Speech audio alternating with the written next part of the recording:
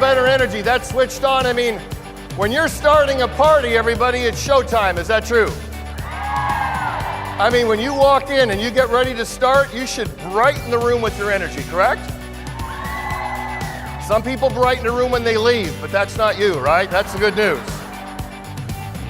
I've been doing this almost 30 years. My belief is I was led to be here today. It's not an accident I'm in front of you. Some part of my message can make a quality difference in your life. Is everybody open to that? You gotta believe.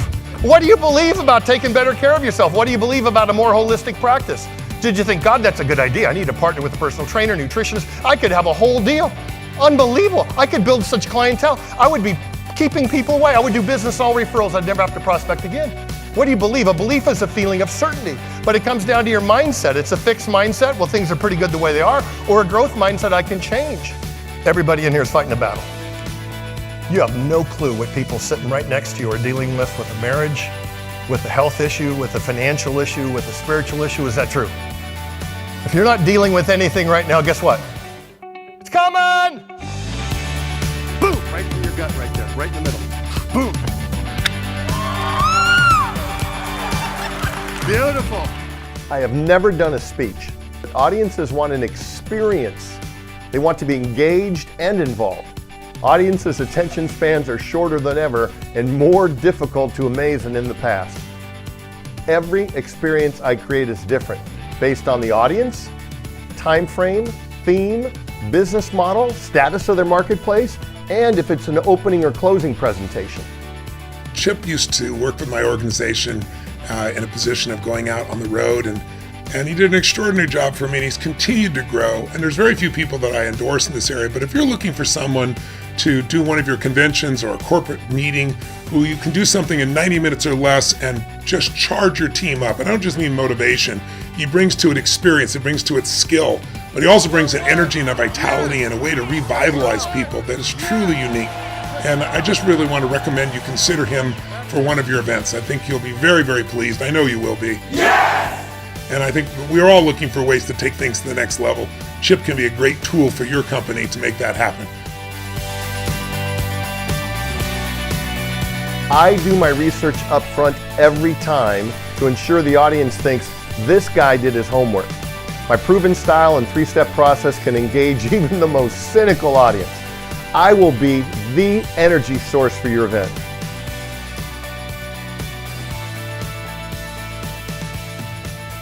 Yes! Okay, not bad. Now I want you to do it one more time. More volume, but I want you to hold it for 5 seconds. Big smile, big smile. Here we go. 1, 2, 3. Yes! Now turn around, look at your friends. Turn around, look, look, look, look, look. I know that's kind of silly, but some of you feel better than you have in a month right there. That's good. It's kind of easy to keep repeating what you did the last 3, 4, 5 years, especially if you were successful.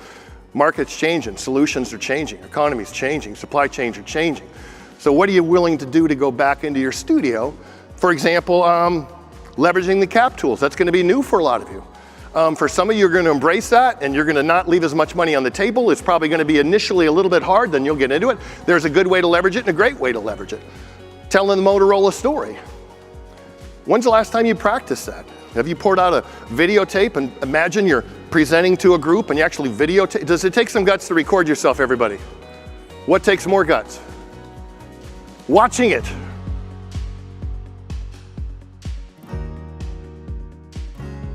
Anybody coach athletics?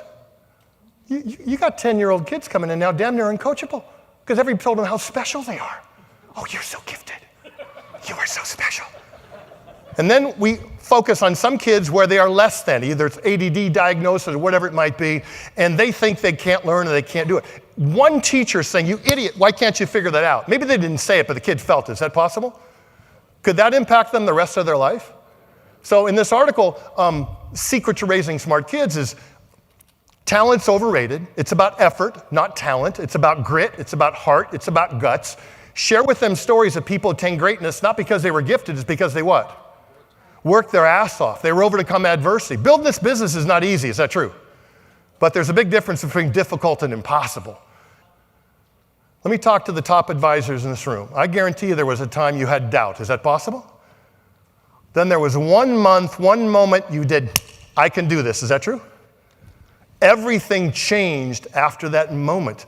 What can you do to reevaluate? Look at what's important. Where's the bar high? Where's my neglect? Where do I need new disciplines? And how can you recharge things? But it all comes down to this if you'd write it down. It says the power of one decision. Pull your card out. Look at your card real quick for me. On the point, see where it says my decision? Write the date. Write the date and write your name real quick where it says my decision. Guess what we're going to have you do in a couple minutes? Make a decision. What do you need to start doing? What do you need to stop doing? For example, if you picked up heroin during the pandemic, today's the day to step up and say, no more heroin. People say everything in moderation, not heroin. Is that true? Okay? What's one decision you need to make? And when you reevaluate and recharge your life, here's the first question I want you to write down. And in your handout, it says this. It says, what is my compelling vision? What's your compelling vision for your business, for your marriage, for your health beyond here? That's a good question to ask every client. What's your the great verse in Scripture, without vision the people will perish. A lot of people aren't willing to pay the price because they don't see the prize.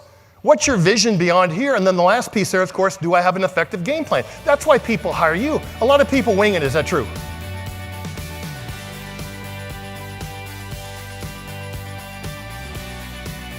Now, we got a good mix of men and women here. What's the number one killer of men in North America?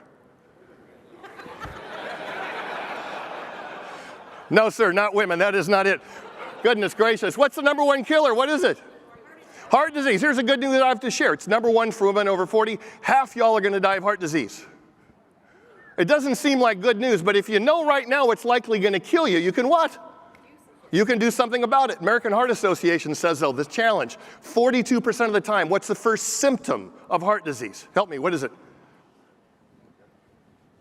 Shortness of breath? No. No. Sudden death. It's true, the widowmaker. Who's heard that term, right? But here's my point. Somebody gets age 65 and they want to retire and they have no money. Was that the day they went broke?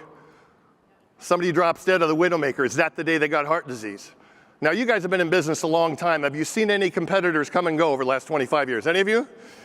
I mean, if somebody's business fails, it wasn't one thing that caused their failure.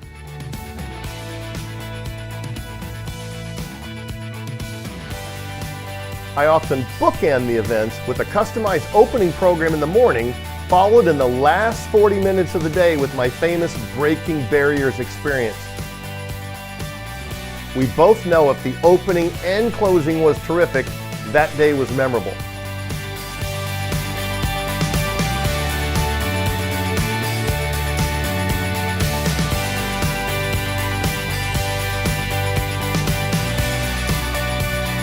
One, two, three.